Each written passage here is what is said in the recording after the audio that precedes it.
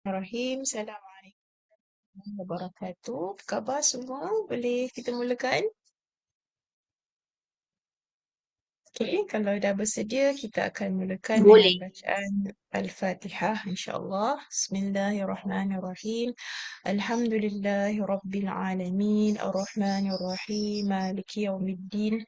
إياك نعبد وإياك نستعين اهدنا الصراط المستقيم صراط الذين أنعمت عليهم غير المغضوب عليهم ولا الضالين آمين بسم الله الرحمن الرحيم اللهم افتح علينا حكمتك وانشر علينا من خزائن رحمتك يا أرحم الراحمين آمين.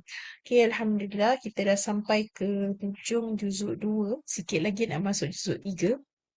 Okay, we have made it this far, Alhamdulillah. Okay, untuk memulakan sesi malam ni, kita akan sambung. Hari tu kita berhenti 237 kan? So, hari ni kita akan sambung 238 sampai ke ayat 243 insyaAllah kita bacakan. Okay, 238 sampai 243 daripada muka surat yang ke-39 dari surah Al-Baqarah. Okay, boleh? Kita baca sama-sama insyaAllah. Bismillahirrahmanirrahim.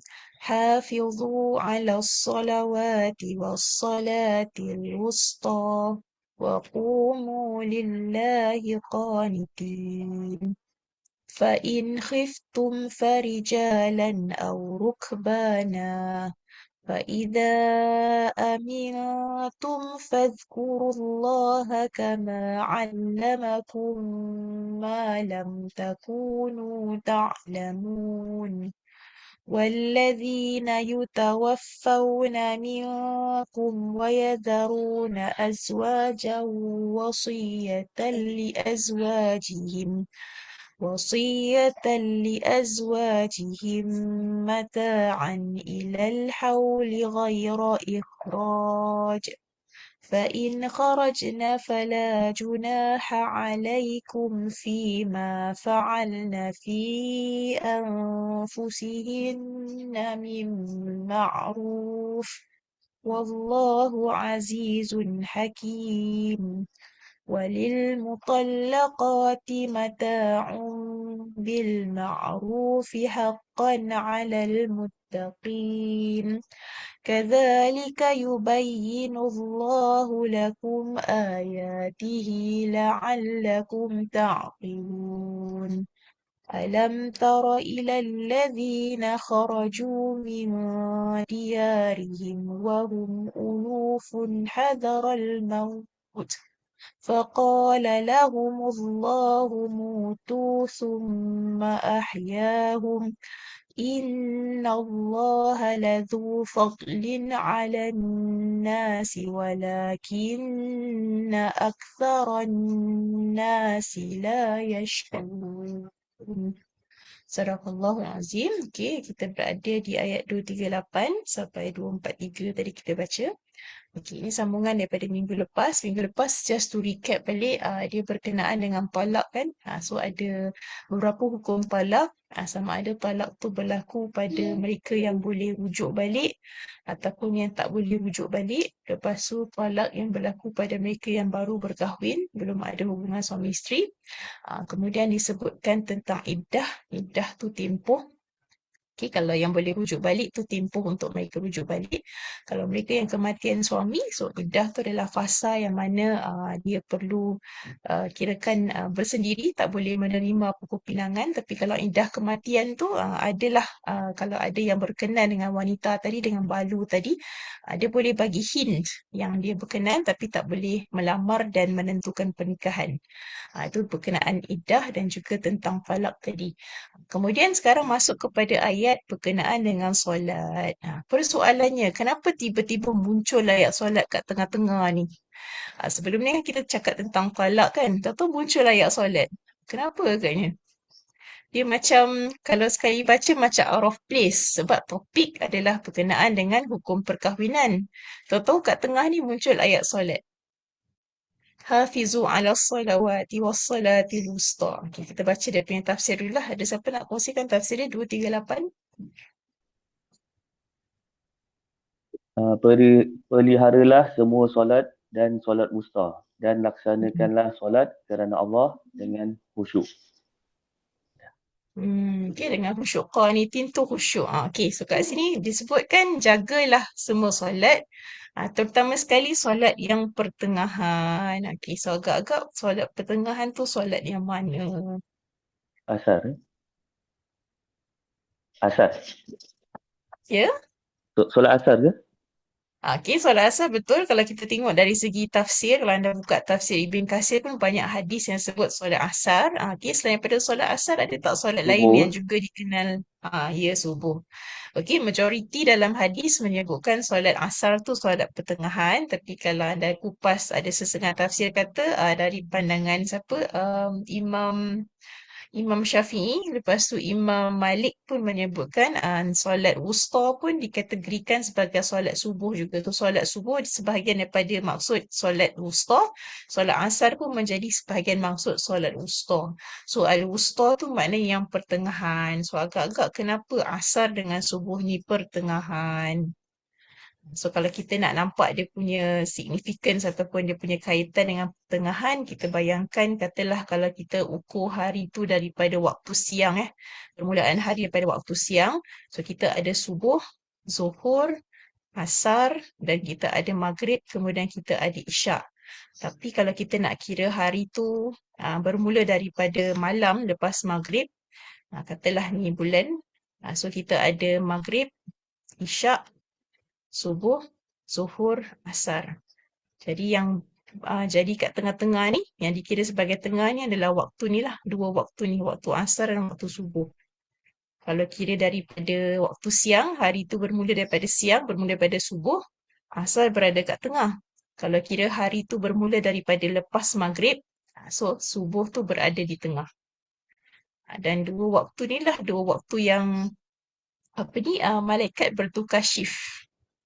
Okey, jadi kalau waktu asar, malaikat siang akan bertukar shift dengan malaikat malam. Dia akan tukar shift. Jadi kalau kita dapat solat asar tepat pada waktunya, the last thing, benda terakhir malaikat siang catat adalah kita solat asar.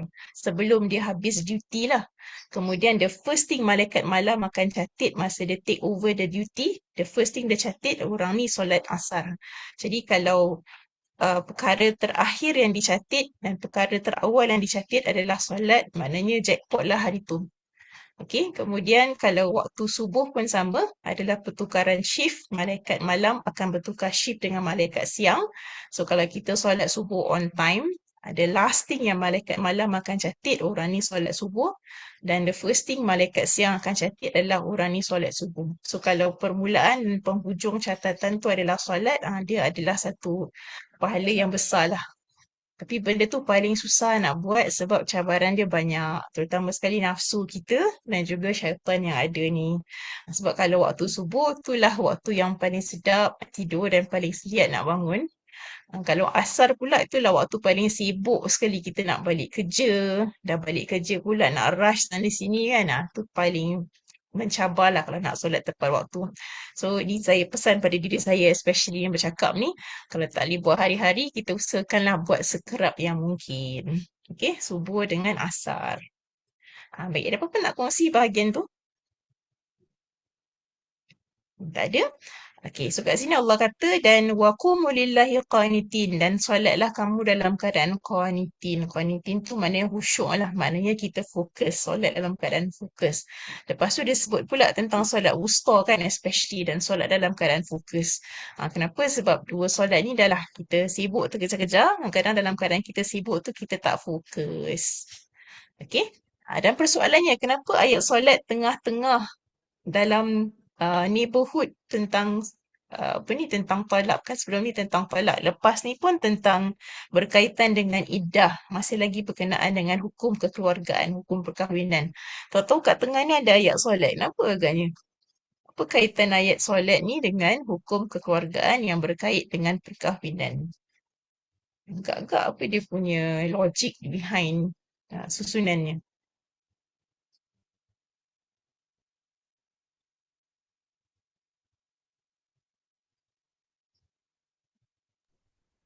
mungkin Ustaz Mungkin mungkin dengan kita menjaga solat kita, kita Mm-mm. boleh mengendali rumah tangga lebih baik. Mm-mm. Mm-mm. Ya, betul. Uh, Saya setuju sebab solat tu yang menyatukan hati. Kalau contoh kita kerap solat jamaah, insya-Allah Allah jagalah hati tu supaya kalau ada konflik pun tak lama insya-Allah. Okey, lain daripada tu agak-agak kenapa ayat solat ni muncul tengah-tengah tentang ayat kekeluargaan, especially perkahwinan. Selain daripada solat tu membantu menjaga rumah tangga, dia tak confirm lah rumah tangga tu akan selamat dan tak bercerai langsung kalau solat, tapi dia punya peratusan tu tinggi. Sebab hati tu yang membolak-balikkan tu Allah kan. Kalau kita jaga solat tu insya-Allah bolehlah lebih terjagalah hati dalam rumah tangga tu. Okey, selain daripada tu agak-agak kenapa? Ayat ni di tengah-tengah di kalangan ayat berkenaan dengan hukum perkahwinan. Ustazah, is it because like selepas apa tu ayat yang mengatakan tentang cerai, talak, Mm, it's like the end of something kan. So after the mm, end of something, meaning there's the beginning of something new. So macam mm, this is my opinion lah. Then for you mm, to begin something, then the best way to begin is um, dengan solat kita, kita perbetulkan solat kita lah. Sebab tu dia mula dengan solat tu wusta tu. Jadi kena jaga solat walaupun sibuk pada mm, waktu-waktu tertentu dan mm, yang solat wusta tu kena betul beri perhatian. Ya. mm. Ya betul lah sebab kalau kita beri perhatian solat tu adalah apa nak cakap kita punya kompas antara hubungan kita dengan Allah. Kalau itu dah kita dapat jaga insya-Allah yang lain tu akan fall into place. Ya betul. So kalau kita ada banyak masalah dalam hidup ni serabut ataupun kita sikam kabut aja mungkin kita boleh review balik macam mana kita kendalikan solat kita. Adakah kita solat dalam keadaan tumak nina dia cukup ataupun dalam keadaan macam mana. Sebab keadaan kita solat itulah yang memberi cerminan tentang kehidupan kita lah secara keseluruhannya. Okey, itu satu. Lepas tu cakap tentang rumah tangga dan solat. Saya tak ingat Ustazah siapa yang cerita. Tak silap saya Ustazah Asma Harun. Sebab dia pernah jadi perunding cara bab kekeluargaan dululah sebelum dia jadi penceramah bebas. Dia pernah kongsi yang dia pernah kerja di Mahkamah Syariah. Deal bahagian mereka yang akan bercerai ni. Jadi dia pernah pesan ataupun dia pernah cubalah memberi so-called diagnosis bagi mereka yang ada masalah dalam perkahwinan ni sebelum dapat khidmat nasihat tentang perceraian apa kata sebelum cerai perbaiki dulu solat kita. So kalau boleh perbaiki kita tengok apa kesan dia. Dan dia kata kebanyakan yang datang dan bila mereka balik dan perbaiki solat tu ada kesan yang positif lah. So kalau katalah 10 pasangan yang bercerai mungkin 7 yang boleh berujuk semula. Okay, jadi mungkin kerana kita tak betul-betul review balik cara kita solat, mungkin dia affect juga hubungan dengan manusia sekeliling lah, especially keluarga kita. Sebab kalau kita tengok hukum perkahwinan yang ada pada ayat sebelum ni adalah antara kita dengan orang sekeliling kan. Dan solat ni pula adalah hubungan kita dengan pencipta kita. So kalau dapat jaga dua-dua tu, mungkin kehidupan tu lebih tenang dan lebih harmoni insya-Allah. Okay, so tu mungkinlah Allahu a'lam, Allah Maha tahu sebabnya tapi dari pengamatan kita kenapa ayat ni datang tengah-tengah hukum perkahwinan mungkin untuk mengingatkan kita dalam kekalutan nak handle perceraian, iddah, okay, kekalutan handle hukum talak dan sebagainya kena balik semula pada yang mencipta itulah iaitu Allah. Okay, sebab tu sini adalah berkenaan dengan hubungan kita dengan Tuhan. Ayat sebelum ni dan selepasnya adalah berkenaan hubungan kita dengan manusia sekeliling. Okay, boleh? So, apa-apa nak tambah, nak tanya? Okay, kalau tak ada, kita move on pada ayat berikutnya, 239. Okay, ada siapa nak kongsikan tafsir anda?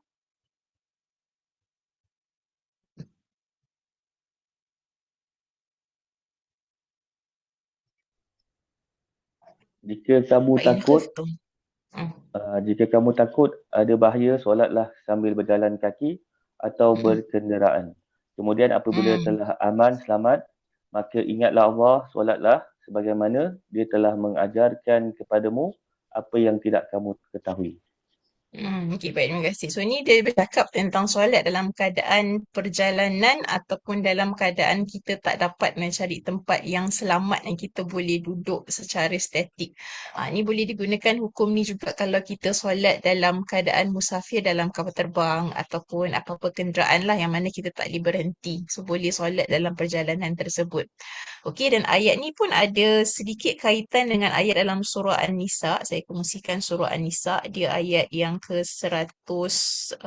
Sekejap An-Nisa 102. So, dalam surah An-Nisa, ayat ni dia something like ayat yang ada pada surah Baqarah tadi. Cuma pada surah An-Nisa 102, dia tentang solat dalam keadaan ketakutan. Yang tadi, surah Baqarah, solat dalam keadaan yang kita mungkin risau tentang keselamatan. Tapi tak semestinya peperangan. Kalau ayat 102 surah An-Nisa dalam peperangan. Okey, so dalam perang pun ada solat dalam keadaan kita takut, ada caranya. Katalah anda solat jemaah, tak semua orang yang akan solat serentak, ada sebahagian yang akan solat, sebahagian lagi yang akan jaga. Kemudian nanti akan take turns lah macam tu. Okey. Maknanya kalau dalam keadaan perang, still solat jemaah, cuma kita bahagikan kepada dua grup. Satu yang jaga, satu yang akan solat. Itu yang ada pada surah An-Nisa ayat 102. Kalau kita balik pada surah Baqarah tadi, 239, dia solat dalam keadaan kita risau. Dalam perjalanan misalnya, kalau kita berhenti mungkin kita kena ambush. Jadi boleh solat dalam keadaan kita menunggang kenderaan. Okey. So kalau sekarang mungkin tak terlalu applicable sebab kita tak melalui kawasan konflik. Okey, tapi kalau kita dalam perjalanan yang panjang, misalnya dalam kapal terbang, dia tak boleh stop over mana-mana, maka boleh solat je dalam kapal terbang, dalam keadaan rukbanan, iaitu dalam keadaan dalam tunggangan ataupun dalam kenderaan lah maksudnya. Okey, selesai 239. Okey, kemudian masuk balik kepada ayat tentang hukum perkahwinan. Wallazina yutawaffawna minkum. Okey, ayat ni berkenaan dengan mereka yang telah kematian suami. Ini adalah hukum iddah yang asal. Wa yazaruna azwajan wasiyatan li azwajihim. Jadi mereka yang kematian suami, yang mana suami mereka tinggalkan dalam keadaan suaminya meninggal, kirakan tinggalkan matilah sebab dia meninggal, maka dia perlu tinggalkan sustenance untuk isteri mereka selama setahun. So maknanya iddah kematian asalnya setahun. Mana dalam keadaan iddah tu selama setahun ilal hauli. Al-hauli tu mana 1 tahun macam kita zakat lah. Zakat kan cukup haul. Haul tu cukup setahun. Setahun hijrah lah maksudnya. Okey, so dia perlu beriddah selama setahun yang mana dalam keadaan iddah dia tak boleh keluar. Dia tak boleh keluar tanpa sebab yang penting. So asalnya setahun, tetapi kerana setahun tu sangatlah berat, maka kalau anda backtrack balik ayat yang sebelum ni, disebutkan bahawa iddah kematian dah diturunkan kepada 4 bulan 10 hari. So ayat 234 surah Baqarah yang kita baca sebelum ni, dia memansuhkan ayat yang sekarang. So walaupun dari segi susunan bacaan, ayat 234 ni datang dulu dari segi sekuens bacaan, tapi dari segi penurunan, ayat 234 ni turun selepas ayat yang kita nampak sekarang ni, iaitu ayat 240. So ayat 240 ni turun dulu. Tetapi dimansuhkan oleh ayat 234. Tapi dari segi susunan bacaan, ayat 234 yang datang kendian yang memansuhkan ayat ni dibaca dahulu, barulah kita jumpa ayat 240. Okay, so kat sini dia relate dengan ayat 234, cuma ayat ni dah mansuh hukumnya. Tapi kenapa kekal bacaan? Sebagai untuk mengingatkan kita bahawa di situ adanya rahmat yang mana Allah dah kurangkan jumlah iddah tadi. So dari setahun turun kepada 4 bulan 10 hari. Diskaun dalam 60% lah macam tu. So kuranglah masa yang dia kena tunggu sebelum dia boleh bernikah baru selepas kematian suami. Okay? Baik. So ada apa-apa nak tambah setakat tu? Ataupun nak tanya bahagian ni? Ustazah, kalau let's say Ya, sila. orang is just being critical, can they say that Allah make a mistake? Like, kenapa keluarkan setahun dulu and then just to, amend, modify it to 4 months? Okay, good question. Kenapa asalnya setahun? Actually yang setahunnya adalah adat. Asalnya setahunnya adalah adat jahiliah. Tapi bila datangnya Islam, kita nampak rahmatnya Allah, dia tak overhaul setiap hukum tu at one go. Sebab nanti kita akan culture shock. Jadi mana-mana adat jahiliah tu yang masih lagi diamalkan ketika tu, dia tak terus ubah. Contoh macam adat jahiliah yang mana minum arak tu adalah sebahagian daripada culture, Allah tak terus tukar jadi haram. Dia buat phase by phase. Dia kenalkan apa tu arak, kenapa dikatakan kurang baik, kenapa dikatakan baik, apa kebaikan, apa keburukan. Lepas tu dah gitu, dia sebut pula tentang ada ada tempoh yang mana tidak boleh minum. Tapi dia tak kata haram. Ada tempoh yang tak boleh minum bila nak dekat solat. So, luar waktu solat tu boleh minum sampai nak dekat waktu solat diharamkan. So, dia haramkan sikit demi sikit. So, kenapa? Sebab supaya tidak ada kejutan budaya di situ. Sama juga dengan iddah ni, asalnya setahun ni dia sebenarnya daripada budaya masyarakat jahiliah. Kalau wanita tu kematian suami, setahun dia kena berkabung. Jadi kenapa tidak diturunkan terus ayat 4 bulan 10 hari? Kerana kalau banyak sangat hukum dan masa tu manusia sedang cuba untuk menguatkan keimanan, nanti akan membebankan. So sifat kita ni kita hanya boleh belajar sesuatu secara gradual. Tak boleh tukar everything at one go. Tak terbuat. Jadi kerana tu asal ayat iddah kematian setahunlah untuk meraihkan kebiasaan ketika tu. Lepas pada tu barulah ditukar kepada 4 bulan 10 hari untuk menampakkan di situ adanya ihsan supaya kalau wanita tu nak move on dengan berkahwin baru dia tak payah tunggu setahun. Okey? Jadi dalam iddah pun ada keringanan.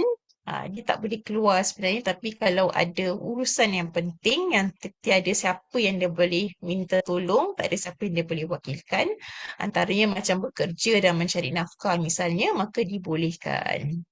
Okey, sebab ada urusan penting lah. Tapi itu pun dia tak boleh keluar dalam keadaan berhias. Dia kena pakai biasa je.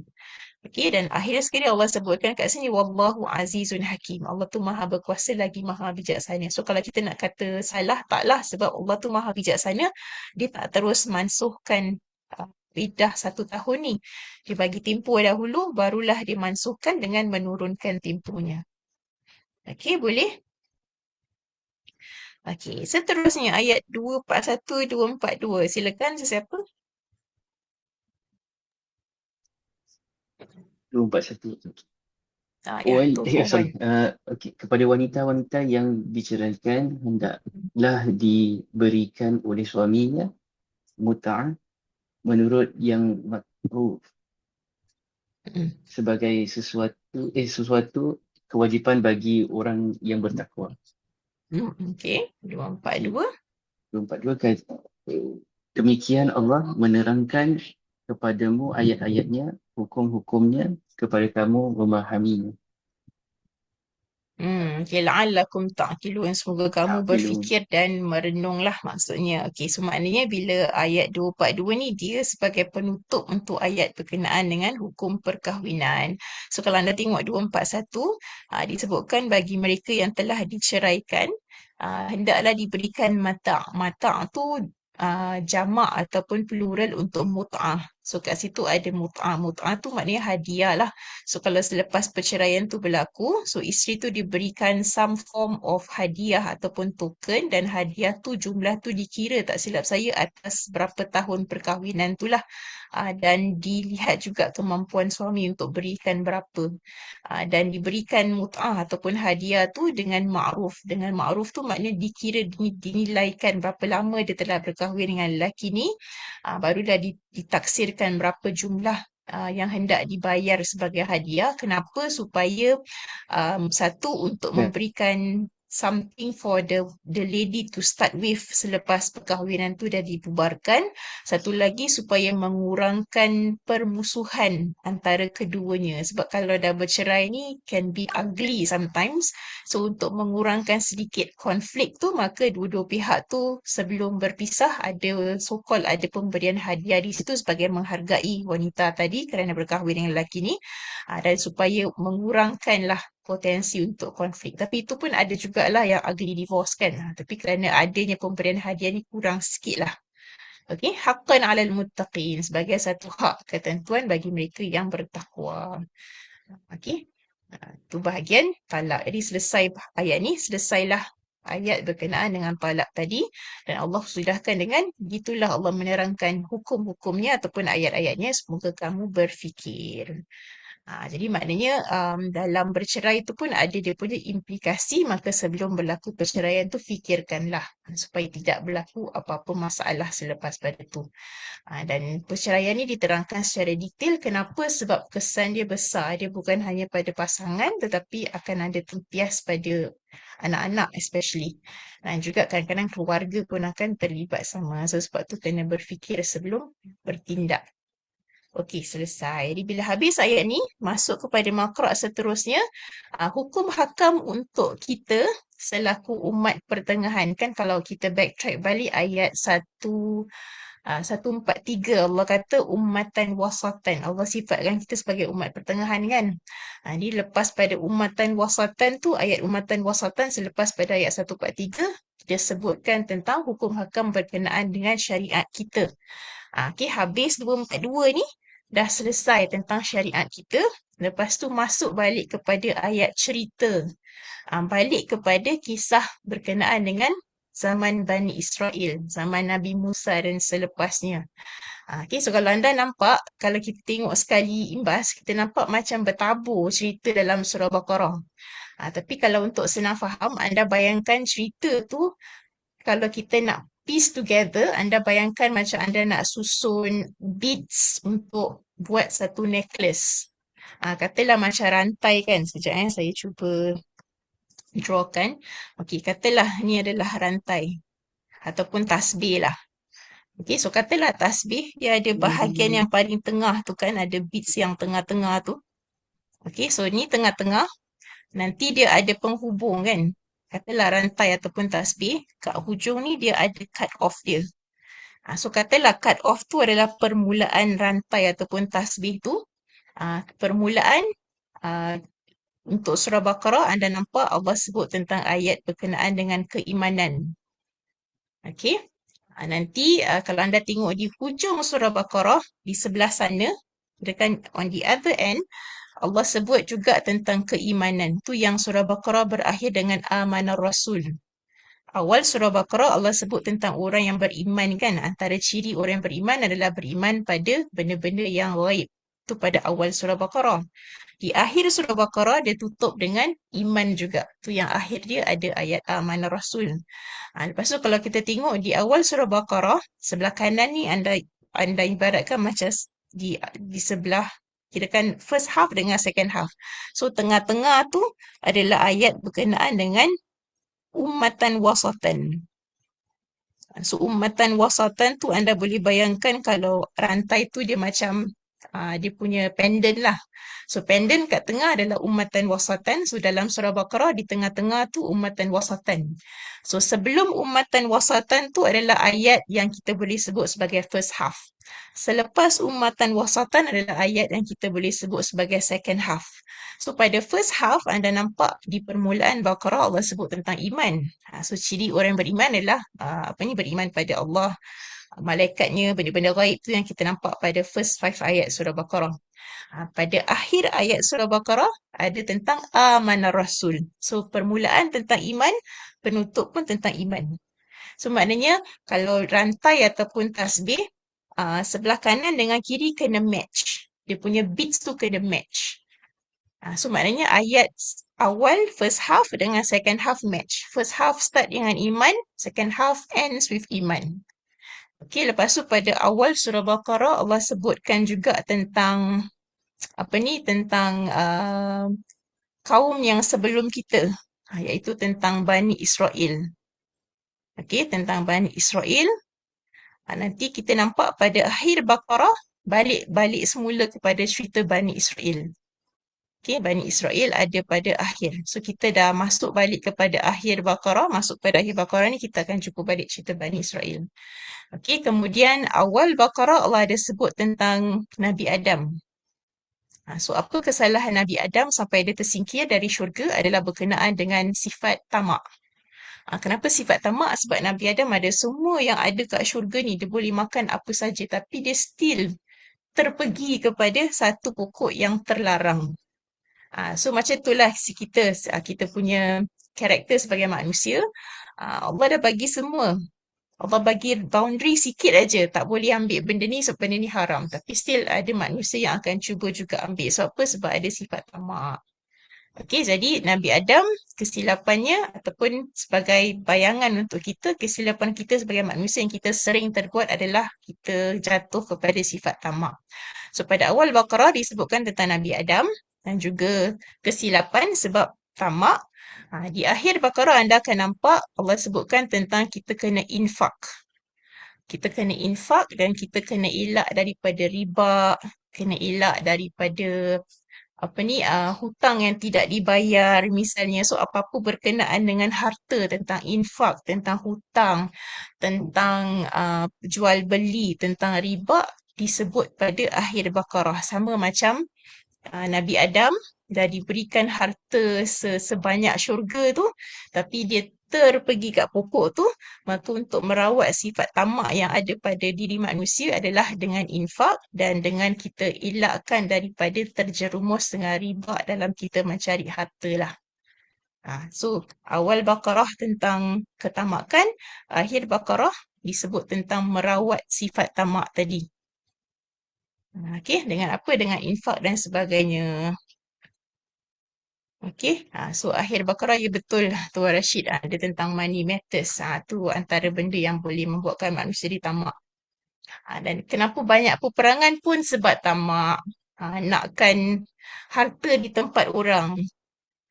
Okey, dan sebab itulah berlaku peperangan sebab nak merebutkan kuasa, harta, nak rebutkan sekarang ni black gold kan, oil.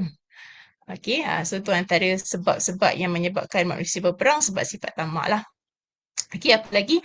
So awal Baqarah disebut tentang Bani Israel, Nabi Adam. So akhir Baqarah pun ada the same thing. Dia macam mirror image. So disebutkan tentang Bani Israel, tentang infak untuk merawat sifat tamak tadi. Okey, dan tengah-tengah tu kalau kita tengok dan sebelum tu, sebelum ayat ummatan wasatan disebut juga tentang kesalahan. Kesalahan Bani Israel. Apa kesalahan dia? Kesalahan dia adalah dia tak ikut undang-undang. Lain yang disuruh, lain yang dia buat. Okay? So, sampai pada ummatan wasatan, Allah sebut tentang kita ni, kita dikategorikan sebagai umat pertengahan. Kenapa? Sebab kita tidaklah fokus kepada dunia saja dan tidaklah fokus pada akhirat saja. Kita ada dua-dua, kita balance. Okay? Kita kejar akhirat, at the same time kita tak abaikan dunia. So lepas pada ayat ummatan wasatan, di situ anda nampak ada hukum hakam. So kalau yang sebelum ummatan wasatan diceritakan tentang hukum hakam yang dilanggar oleh Bani Israel. Selepas ummatan wasatan, Allah sebut tentang hukum hakam dalam syariat kita. Supaya kita tak melanggarnya seperti mana yang telah dilanggar oleh Bani Israel. Okay, so kalau anda bandingkan first half dengan second half, tengah-tengah tu ummatan wasatan, first half, second half, dia macam mirror image. Okay, so bila anda baca surah Baqarah, anda nampaklah dia tak berterabur sebenarnya. Yang buatkan kita rasa berterabur sebab kita tak nampak dia punya sequence. So kebanyakan surah dalam Quran macam tu, depan dia ada pasangan dengan yang belakang. Contoh macam surah Fatihah berkenaan dengan Rabbul Alamin, Alhamdulillahi Rabbil Alamin. Hujung Quran anda jumpa Qul a'udzu bi Rabbin Nas. So di awal Quran Allah sebut Rabbul Alamin. Di hujung Al-Quran Allah sebut Rabbun Nas. So dia ada mirror image di situ. Okay, sebab tu anda nampak ada certain stories Allah sebut di awal Quran dengan version yang sebegini ataupun jalan cerita sebegini. Di sebelah belakang ada cerita yang sama tetapi dari konteks yang sedikit berbeza. Okay, boleh? Baik, Ustazah, setakat. Ya, sila. kiranya who discovered this pattern? Like, is it waktu para sahabat ataupun much later? The pattern in Al-Baqarah. The pattern in Al-Baqarah. Saya rasa para sahabat nampak benda ni tapi mungkin mereka tak rekod, jadi kita tak begitu perasan tau. Dan kalau kita tengok kebanyakan tafsir yang tradisional, dia fokus kepada mengupas ayat tu dengan mengupas maksud di sebalik ayat tu lah, especially kalau ayat tu berkenaan dengan hukum.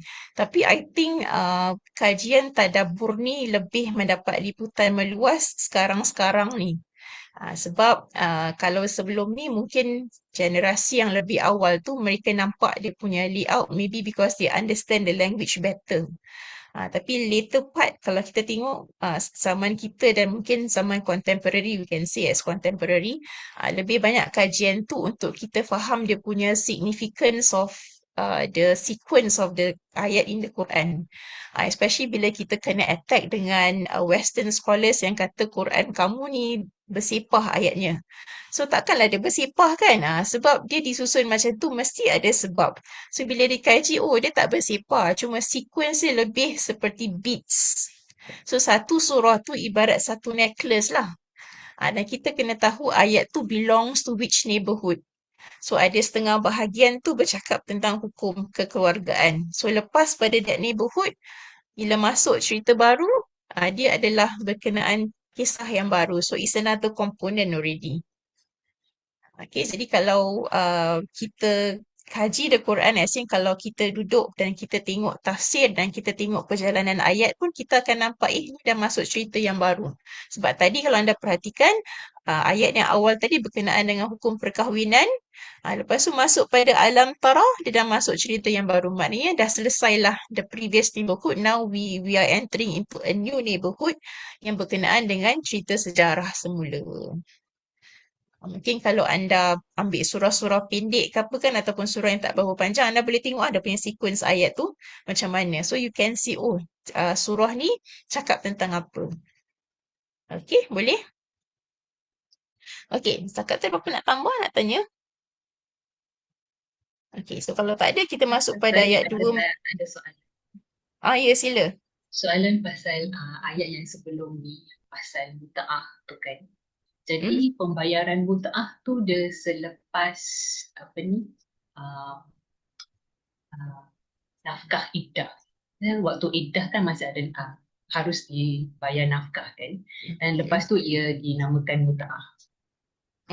Ya, sebab kalau saya tak pasti macam mana kalau mahkamah syariah laksanakan perkara tadi, tapi masa iddah kan dia ada nafkah iddah. Maknanya walaupun ada ura-ura nak bercerai, tapi ada fasa kan, ada masa, ada tempoh. So iddah tu ada tempoh untuk berbaik semula. So katalah kalau confirm tak nak berbaik semula, sebab kalau mahkamah syariah biasanya mereka akan ada buat macam session untuk cuba mendamaikan. So kalau dua-dua pihak bertegas tak nak berbalik semula, maka kat situ confirm dah bercerai, nak bercerai. Jadi bila sampai selesai iddah tu, kirakan wanita tadi dah habislah, kirakan dah tak jadi lagi isteri pada lelaki ni, maka di situ adanya pemberian mut'ah tadi. So berapa banyak mut'ah tu nanti mahkamah putuskanlah berdasarkan berapa tahun dia berkahwin, berapa banyak pendapatan suami dan sebagainya. So masa dah diputuskan ataupun masa nak diputuskan nak pembahagian harta sepencarian dan sebagainya, masa itulah diputuskan semua yang bakal diterima oleh pihak isteri. So kalau katalah suami nak objek, kata ini banyak sangat ni, saya tinggal apa kan? So anda boleh kemukakanlah sebab kenapa. Sebab tu sebelum ni saya pernah beritahu, kalau katalah dalam masalah rumah tangga, terutama sekali kalau masalah rumah tangga tu bukan dari pihak suami, jangan cepat talak. Kalau anda tahu yang isteri anda ni ada affair, kumpulkan semua bukti kecurangan isteri, berikan kepada peguam, lepas tu filekan nusyus. Supaya bila kes tu dibawa ke mahkamah, pihak suami tak dikenakan mut'ah, tak dikenakan macam-macam benda yang perlu dibayar, dikurangkan. Kita bukan nak mengelak tanggungjawab tak, tapi bukan salah kita. Kita try to save the marriage, tapi dia yang ada affair. So kita minta mahkamah untuk mempertimbangkan bahawa kesalahan tu bukan berpunca dari suami, tapi isteri yang buat hal. So itu boleh kurangkan sedikit pembayaran, tu satu. Satu lagi, anda akan ada peratusan yang tinggi untuk dapat care and custody anak-anak. Kenapa? Sebab kita boleh buktikan bahawa ibu mereka ni tidak layak untuk jadi contoh pada anak-anak kita sebab dia ada hubungan luar. Okey, supaya ayah-ayah tu dapat kirakan keadilan yang sepatutnya. Sebab kadang-kadang suami tu dah bagus, tapi dia tak nampak loophole ni, dia dah ceraikan isteri dia secara talak, semua dia kena bayar. Padahal yang punca dia adalah si isteri. Okey, so kena tahulah loophole kat sini supaya anda boleh kemukakan bukti bahawa anda lebih layak untuk diberi kirakan diberi waive off lah pada pembayaran ni sebab yang salah adalah pihak isteri. Ustazah, Okay, saya boleh? ada soalan. Okay, sila. Selain daripada talak, si isteri kan boleh minta cerai Fasa. yang dinamakan fasakh ataupun Mm. hudud. Dari in that situation, kiranya the husband dia tak sebutkan talak. Is it the hakim yang nullify the perkahwinan? Macam Ya, tu. so kalau let's say suami yang bermasalah, so katalah suami apa-apa masalah sikap, masalah tak tunaikan nafkah sedangkan dia mampu. Okey, so isteri boleh buat pengaduan pada mahkamah. So situ ada huluk lah. Huluk tu maknanya anda tebus balik apa yang telah dibayar mahar dan sebagainya. Tapi itu pun kena ada persetujuan pada pihak yang sebelah sana. So kalau rasa dah tak boleh lagi dengan lelaki ni, dah tak sanggup, maka pergi pada mahkamah dan minta fasakh lah. Fasakh tu maknanya mahkamah yang bubarkan perkahwinan tadi.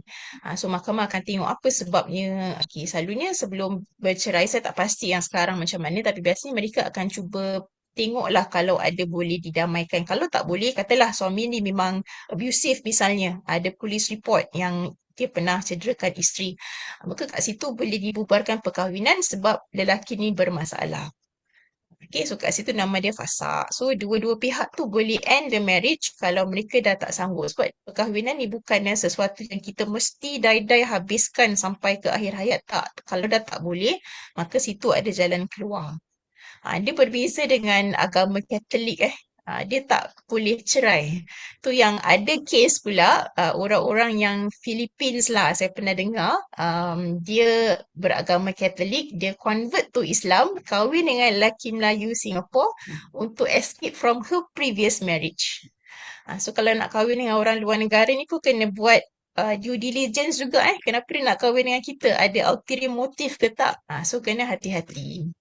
Okay, so dalam perkahwinan tu kita boleh habiskan ataupun putuskan ataupun end the marriage kalau ada sebab dan kita kemukakanlah apa sebabnya. Ustazah, Hatta kalau curious.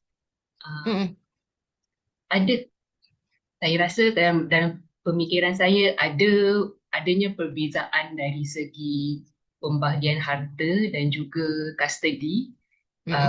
Sekiranya pasangan tu bercerai secara talak ataupun fasakh. Dia ada perbezaan dari segi custody and pembahagian harta. Adakah ia benar ataupun it's not true?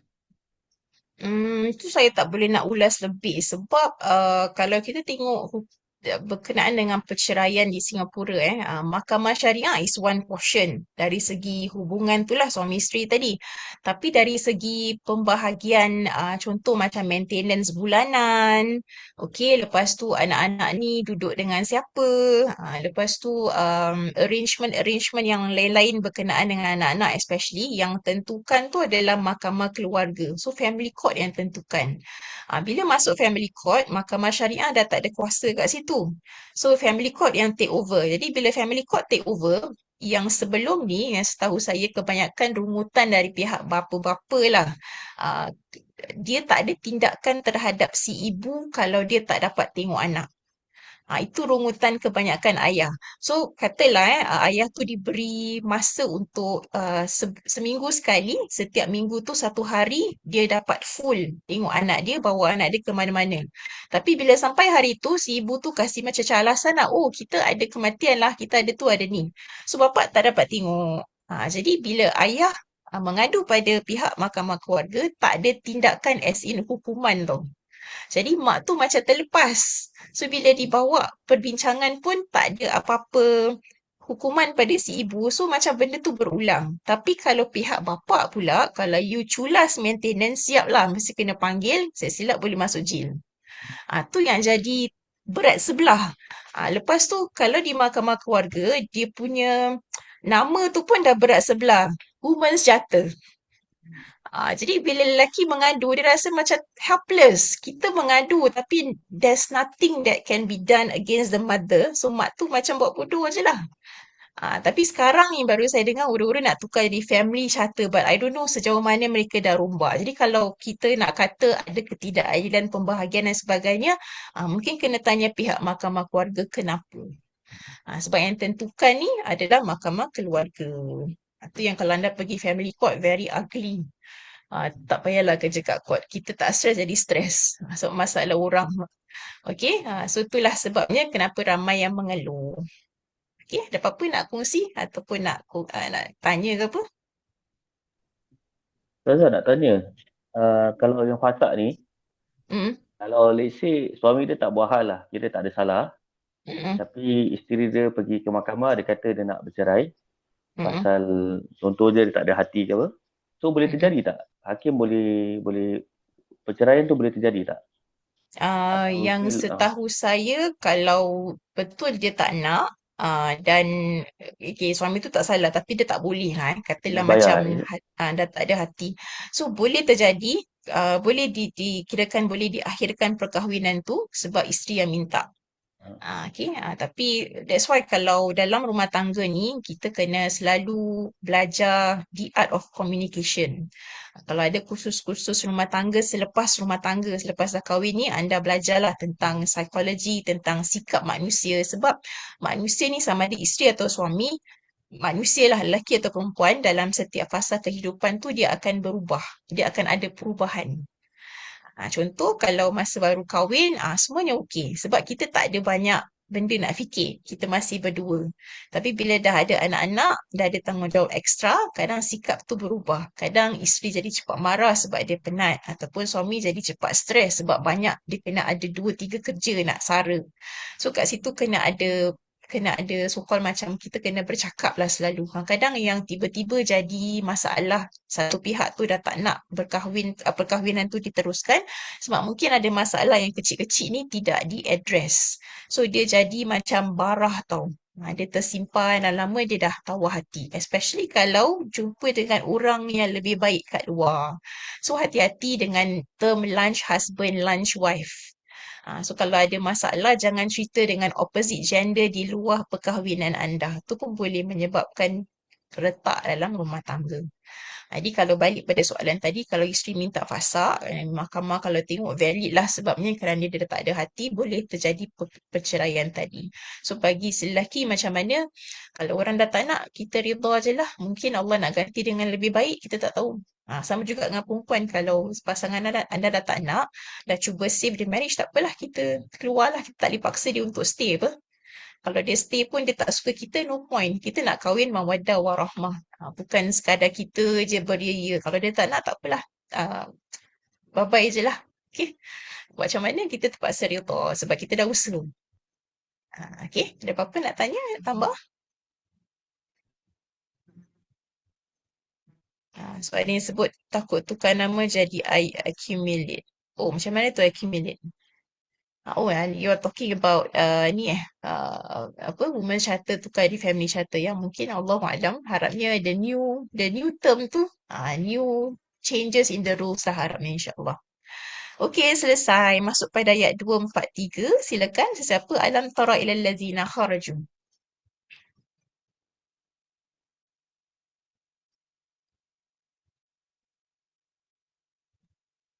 Tidakkah kamu memerhatikan orang-orang yang keluar dari kampung halamannya, sedang jumlahnya ribuan kerana takut mati?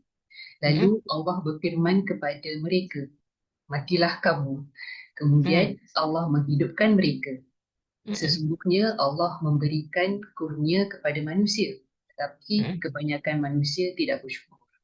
Okay, terima kasih. So, masuk pada ayat ni, dia berbalik pada cerita kaum Bani Israel yang mana ada satu bahagian dalam sejarah mereka terjadinya wabak. Terjadinya ada pandemik lah. Okey, jadi mereka pun keluar daripada kampung halamannya, keluar daripada diarihim, rumah-rumah mereka, kampung mereka dalam jumlah yang ramai uluf. Uluf maknanya by the thousands. Okey, kenapa? Kerana mereka nak hazar al-maut. Mereka takut kepada kematian. Mereka nak lari daripada penyakit tu lah. Tapi walaupun mereka lari daripada kematian, tapi kematian kalau nak datang tak boleh elak. Maka Allah kata matilah kamu. So selepas kaum ni ataupun kelompok ni dimatikan, maka mereka dihidupkan semula dan ditanyakan kepada mereka tentang macam manakah keadaan mereka setelah dibangkitkan dari kematian. So, kenapa dibuat begitu? Untuk menampakkan bahawa Allah boleh matikan dan hidupkan dengan senang. Sebab ada sebilangan manusia menyangka kalau dah mati takkanlah boleh hidup balik lepas kita dah hancur semua, tulang belulang dah hancur, dah tak ada apa-apa kesan, mungkin tinggal chips of our bones, takkan boleh hidup balik. So Allah hidupkan balik untuk menampakkan pada kita kalau dia boleh matikan, dia pun boleh menghidupkan kita. So bercakap tentang ayat ni, kalau anda tengok dalam tafsir Ibn Katsir, disebutkan juga hadis bahawa Nabi ada berpesan kalau berlakunya wabak di satu tempat, orang di tempat tu tak boleh keluar daripada daerah tu dan orang dari daerah luar tak boleh masuk ke daerah yang ada wabak ataupun pandemik. Itu Nabi dah cakap dulu lagi. Sampai kepada zaman kita tu yang kita ada curfew ataupun quarantine. Okay, so kalau ada apa-apa wabak, tak boleh keluar dan tak boleh masuk. Kenapa? Untuk mengelakkan daripada bertambahnya orang sakit. Bukan pasal kita takut mati sangatlah, tapi kita nak mengelakkan penyakit tu daripada berjangkit dengan lebih ramai orang. Sebab kadang-kadang kita tak sakit, kita carrier. Kita membawa virus. So kalau kita keluar daripada daerah tu sebelum penyakit tu dapat dihapuskan, maka takut nanti orang daerah luar pula berjangkit, dah bertambah daerah yang kena pandemik. Okay, boleh? Selesai bahagian tu. So kat sini bahagian akhir ayat ni Allah kata innallaha lazu fadlin 'alan nas. Allah memberi kurnia yang besar pada manusia tapi manusia kebanyakannya tak bersyukur. Kenapa dikaitkan dengan kematian dan kehidupan dengan kesyukuran? Sebab dalam hidup kita ni kadang sikit Allah bagi kita tak berterima kasih. Banyak pun tak berterima kasih. So maknanya the key factor dalam kehidupan ni bersyukurlah. Supaya hati kita lebih tenang. Okay? Selesai. Okay, ayat 244. Waqatilu fi sabilillah. Silakan siapa?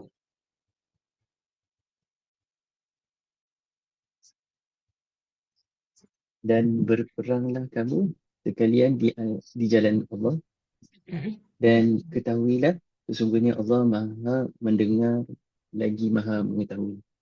Okey, terima kasih. So kat sini disebutkan tentang peperangan. Waqatilu fi sabilillah. Dan kalau perlu untuk berperang di jalan Allah, maka berperanglah di jalan Allah. Ni kalau kita di-attack lah, kalau kita diserang. Okey, dan ketahuilah bahawa Allah tu Maha mendengar lagi Maha mengetahui niat kita. So dalam peperangan tu siapa yang memulakan dan siapa yang meneruskan Allah tu Maha mengetahui. Kalau perlu untuk defend diri kamu maka buatlah. Okey, selesai. Masuk pada ayat 245. Silakan tu siapa? Ustazah, saya nak tanya tu apa tu ayat 243. Mhm. Walakinna aktsaron nasi la yashkurun. Mhm. Aktsaron nasi la yashkurun maksudnya orang yang tak bersyukur ni dia lebih banyak daripada orang yang bersyukur. Kan indirectly dia. Betul. Yes, true. So kalau kita tengok kan apa kaitan antara bahagian awal dengan akhir ayat ni? Awal ayat ni Allah bercakap tentang manusia yang keluar daripada kampung halaman sebab takut mati. Okay, so it relates to pandemic lah. Kemudian akhir ayat ni Allah sebut tentang Allah tu lazu fadlin. Allah ada banyak kelebihan atas manusia. Tetapi manusia tu tak bersyukur. Maknanya indirectly dia nak kata dalam kehidupan kita ni Allah bagi macam-macam benda. Okey, dalam apa ni sebelum kita mati tu macam-macam rezeki Allah bagi kita tapi kebanyakan kita tak mensyukuri rezeki ataupun apa-apa kemudahan yang Allah berikan. So kalau dah mati, dah terlambat lah sebab antara hidup dengan mati tu, fasa umur tu kita tak tahu bila kita mati kan. So dalam kehidupan tu apa-apa saja yang kita diberikan rezeki, kesihatan, kesenangan dalam kehidupan, urusan dan sebagainya, maka syukurilah. So syukur tu apa? Syukur tu bukan just kita kata Alhamdulillah, tapi kita maximize the resources yang Allah berikan pada kita. Sebab kehidupan kita, kita punya usia ni pun satu modal kan. So, modal usia ni kita buat apa sebelum kita dijemput oleh ajal. Sebab benda tu akan ditanya masa kita, usia kita, resources yang Allah beri macam kita punya harta, rezeki, lepas tu keluarga, anak-anak, kita buat apa. Okay, tu akan ditanyakan. Okay, so dia berkaitlah antara kehidupan dengan kematian. Fasa tu akan jadi sebagai fasa ujian untuk kita. Apa yang kita buat dalam fasa tu, itu akan dipertanggungjawabkan kelak selepas kematian kita. Okay, boleh? Okay, ayat 245. Silakan sesiapa?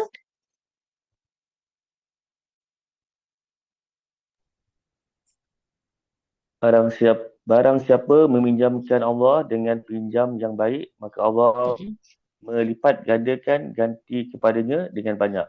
Allah menahan dan melapangkan rezeki, dan kepadanya lah kamu dikembalikan. Okey, terima kasih. So kat sini bercakap tentang kehidupan dan juga mensyukuri, maka Allah berikan rezeki yang banyak pada kita, maka benda tu akan digandakan kalau kita memanfaatkan rezeki tersebut. Maknanya apa-apa yang Allah berikan dia boleh lipat gandakan. Okey, dengan syarat kita bersyukur misalnya.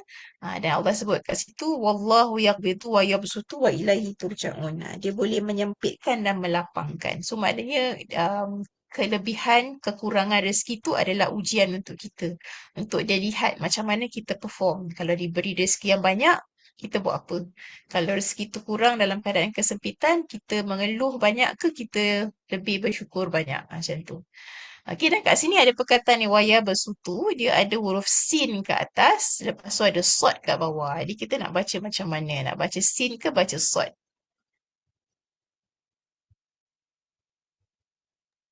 Baca sin.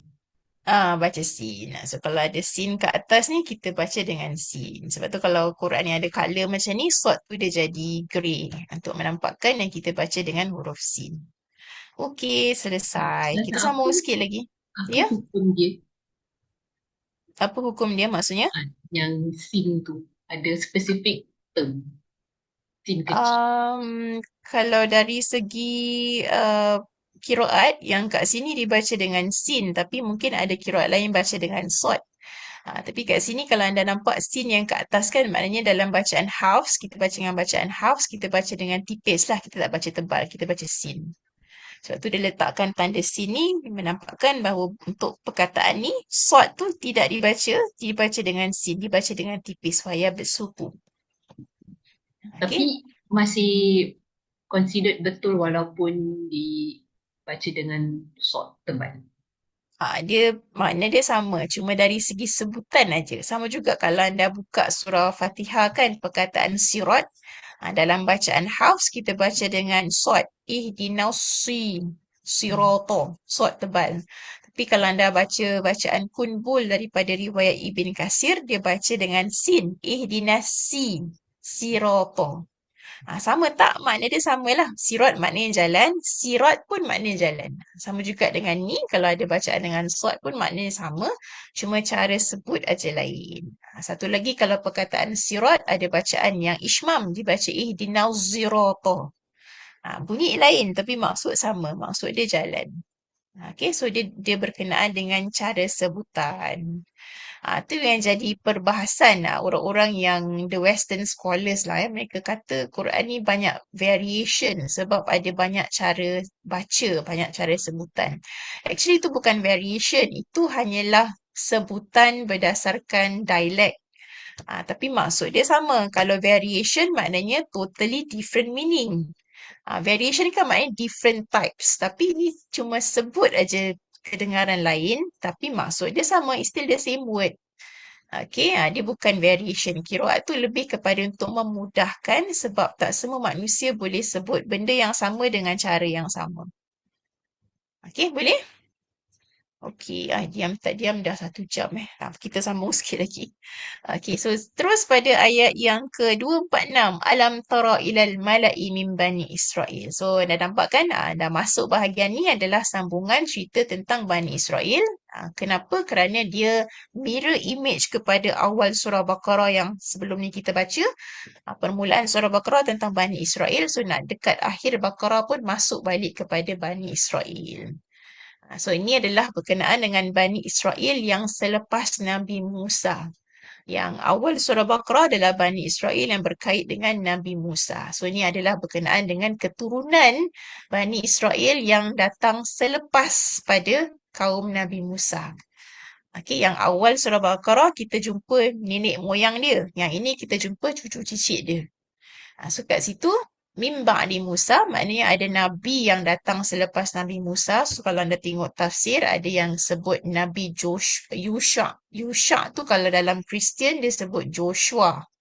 Ada juga sebut ba'di Musa ni adalah Nabi Samuel.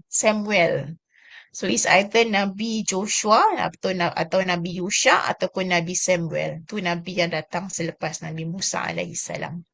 Okey, silakan siapa nak kongsikan tafsir 246.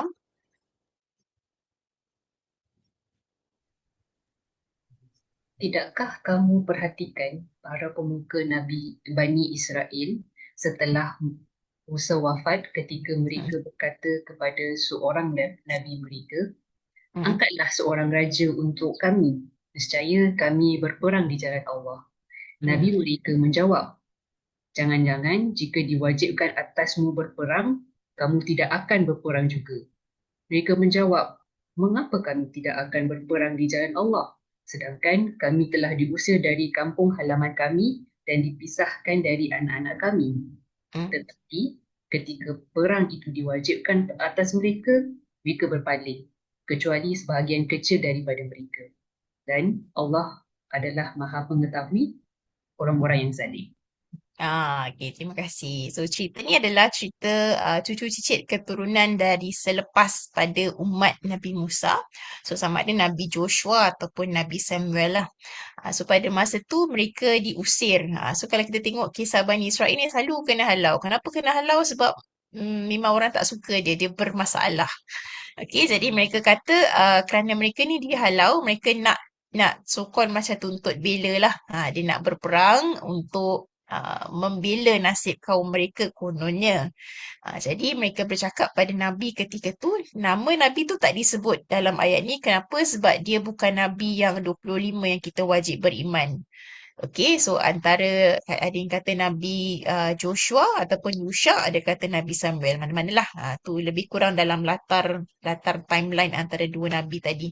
Okey, jadi mereka kata minta seorang raja. Jadi mereka nak satu ketua. So ketua tu untuk apa? Supaya untuk menyatukan mereka. Seorang Yahudi ni ataupun Bani Israel ni tidak begitu bersatu. Sebab tu bila Nabi Musa diberi air pun ada 12 mata air supaya tak gaduh. Okey, so mereka minta supaya ada satu raja supaya dapat digabungkan mereka semua dan berperang di jalan Allah. So Nabi tu pun dah tahulah sebab perangai mereka ni dia berjanji lebih. Tapi bila bab mengutarakan janji tu ada masalah sikit. Okey, jadi mereka kata ya dia akan berperang, dia janji akan berperang, tetapi bila falamma kutiba alaihimul qital, bila diwajibkan, bila tuliskan tu mana diwajibkan lah ke atas mereka berperang. Kebanyakan mereka berpaling, tak nak. Kenapa? Sebab orang Yahudi ni ada sifat penakut. Sebab tu bila zaman Nabi Musa, anda boleh buka pada surah Ma'idah, bila mereka dah sampai kepada the promised land ketika tu, dia punya syarat untuk masuk ke tempat tu, dia kena berperang dengan orang yang menduduki tempat tu. Sebab orang yang menduduki tempat tu ketika itu bukanlah orang yang beriman. So syarat dia adalah untuk berperang ketika nak masuk. Tapi apa dia cakap dengan Nabi Musa? Izhab anta wa rabbuka faqatila. Kau pergilah Musa dengan Tuhan kamu dan berperang. Nanti bila dah menang, kamu panggil kami. Kenapa? Sebab orang Yahudi ni sifat dia penakut. Dia kalau berperang, dia bukan dia yang berperang. Dia akan hantar proksi. Sampai sekarang. Dia nak attack Iran tapi dia suruh Amerika yang buat. Sebab apa? Sebab dia takut, dia tahu kalau dia attack mesti run up punya, so dia suruh Amerika. Okay, so dia tak berperang direct, dia hantar proxy. Itu cara, itu sifat mereka lah dah disebut dalam Quran. So sampai sekarang sifat tu macam tu. Okay, so Allah kata wallahu alimun bizalimin. Allah Maha mengetahui orang-orang yang berbuat zalim. Okey, selesai bahagian tu. Sambung lagi cerita seterusnya masih lagi tentang Bani Israel selepas pada zaman Nabi Musa. Wa qala lahum nabiyuhum. Silakan 247.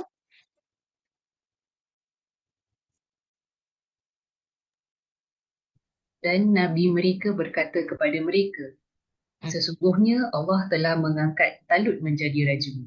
Mereka menjawab, bagaimana Talut memperoleh kerajaan atas kami, sedangkan kami lebih berhak atas kerajaan itu daripadanya. Dan dia tidak diberi kekayaan yang banyak. Nabi menjawab, Allah telah memilihnya menjadi raja. Menjadi raja kamu dan memberikan kelebihan ilmu dan fizik. Allah memberikan kerajaannya kepada siapa yang dia kehendaki dan Allah Maha Luas, Maha Mengetahui. Okey, terima kasih. So kat sini mereka minta kan satu ketua malakan, raja lah ataupun ketua. Jadi bila dah diminta maka kata Nabi mereka Allah dah pilih seorang lelaki nama Talut. So kalau anda tengok dia punya back story, Talut tu adalah seorang yang menjadi pengembala kambing kalau tak silap saya. Jadi macam mana dia boleh dipilih sebabnya kalau tak silap Nabi ketika tu, Nabi Samuel ataupun Nabi Yusua ketika tu petandanya lelaki ni ataupun orang ni dipilih sebagai raja, dia ada macam satu kantung yang ada minyak zaitun tak silap saya. Nanti saya akan cari dia punya cerita tu kesahihannya yang saya ingat masa saya belajar tafsir dulu. Nabi tu nampak pada kantung tu ada minyak zaitun, dan minyak tu zaitun tu ketika lelaki yang nama Talut ni lalu kawasan rumah dia, minyak tu macam boiling tau. So itu adalah petanda orang ni lah yang dipilih sebagai raja. Macam tu lah. Nanti saya akan cari sumbernya. So bila dah dipastikan bahawa Talut tu adalah raja, maka diumumkan dia sebagai ketua mereka lah. Kebanyakan Bani Israel ketika tu tak boleh terima sebab mereka mengukur orang tu dari sudut material. Seorang Yahudi ni sifat dia akan mengukur sesuatu dari sudut hartanya. Sebab mereka memang so-called gila harta lah. Mereka memandang seseorang tu dari sudut dia punya net worth. Harta dia banyak mana. Okay, jadi bila mereka tahu Talut, dia rasa tak mungkin sebab Talut tu is just a normal shepherd. Dia bukanlah seorang yang ada harta ataupun businessman dan sebagainya. Jadi mereka rasa tak boleh terima sebab tak sekufu dengan mereka-mereka yang lain yang lebih berharta lah especially. Tapi kata Nabi yang hidup pada zaman tu, Allah pilih dia kerana dia diberi kelebihan ilmu. So kalau ada harta tak ada ilmu pun tak guna dan dia ada fizik yang kuat wal jismi. Okey, jadi disebutkan Allah boleh memilih sesiapa sahaja sebagai raja. Dia boleh berikan kekuasaan ataupun kerajaan pada siapa yang dia kehendaki. Kerana Allah tu wasi'un alim. Allah tu maha luas pemberiannya, lagi maha mengetahui. Allah maha mengetahui kenapa dia pilih orang ni of all people pada ketika tu. Okay, so kita nampak kan mereka berungkal asalnya nak berperang di jalan Allah. Bila dia nampak ketua tu tak sesuai aja, ramai yang tak nak. Okay, seterusnya ayat yang terakhir untuk malam ni. Wa qala lahum nabiyuhum.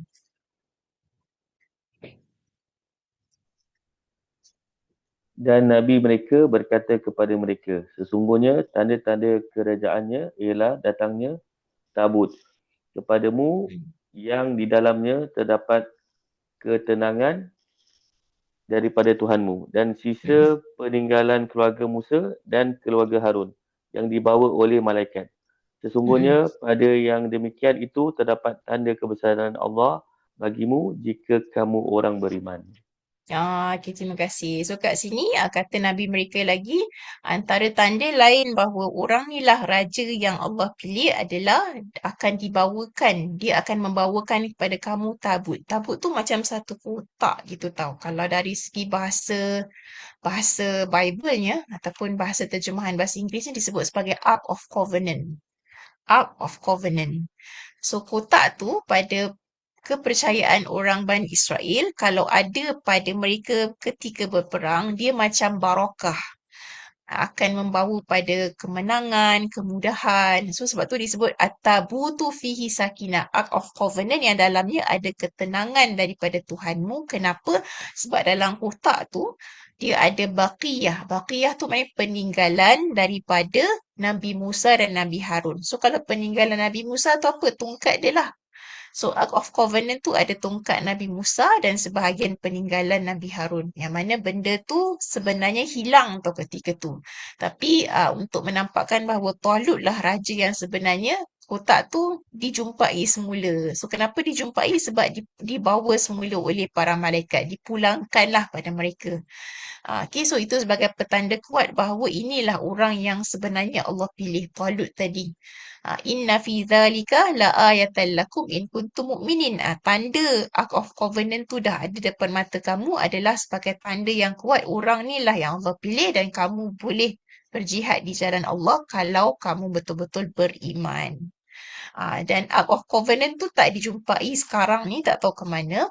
Sebab tu kalau anda tengok mereka sekarang tutup Masjidil Aqsa kan. Sebelum mereka tutup pun tahun-tahun sudah pun mereka dah start korek-korek bawah Masjidil Aqsa sebab mereka percaya di bawah Masjidil Aqsa tu ada kesan tapak so-called Temple of Solomon dan mereka nak cari benda ni lah Ark of Covenant.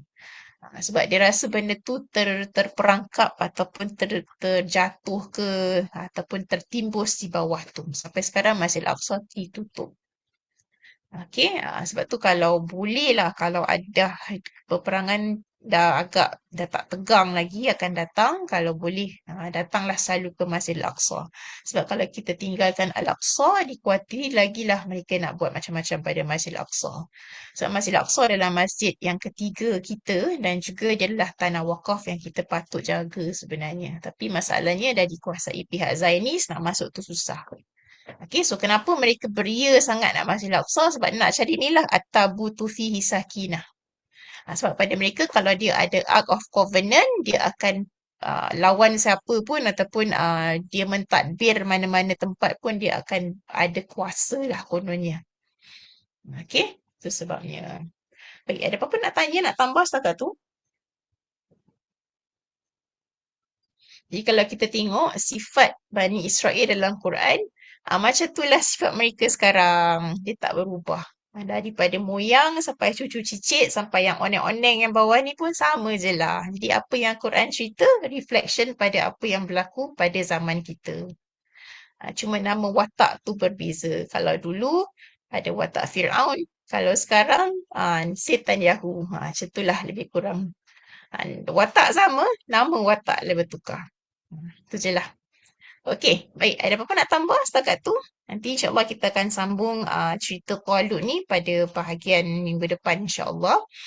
Dan anda boleh tengok-tengoklah bahagian akhir surah Baqarah. Dia adalah reflection pada bahagian awal surah Baqarah yang kita pernah jumpa sebelum ni. Okey, baik. Okay, kalau tak ada apa-apa, mungkin kita boleh tutup dengan tasbih kafarah dan surah Al-Asr. Bismillahirrahmanirrahim. Subhanakallahumma wa bihamdika. Ashhadu an la ilaha illa anta. Astaghfiruka wa atubu ilaik. Wal asri innal insana lafi khusr. Illa alladhina amanu wa amilu salihat. Wa tawasaw bil haqqi wa tawasaw bis sabr.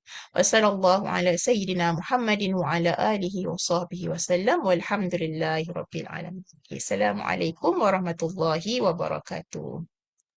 Waalaikumsalam warahmatullahi wabarakatuh.